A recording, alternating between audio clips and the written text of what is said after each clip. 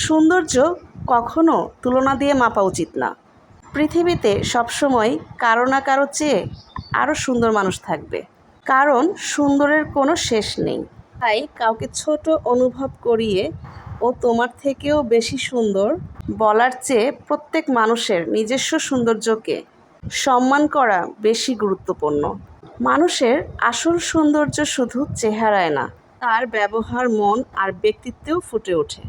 তাই কাউকে কষ্ট দেয় এমন তুলনা না করে সুন্দরভাবে কথা বলাই একজন ভালো মানুষের পরিচয়।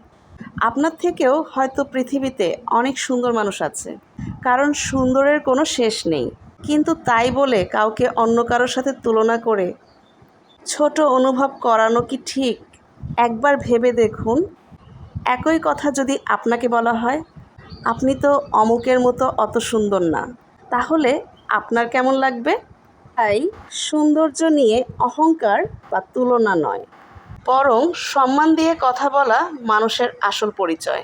যারা সব সময় মানুষকে তুলনা করে ছোট করতে চায়, তাদের সাথে বেশি মিশলে মনটাও ধীরে ধীরে নেতিবাচক হয়ে যায়। ভালো থাকবেন সবাই। আল্লাহ হাফেজ।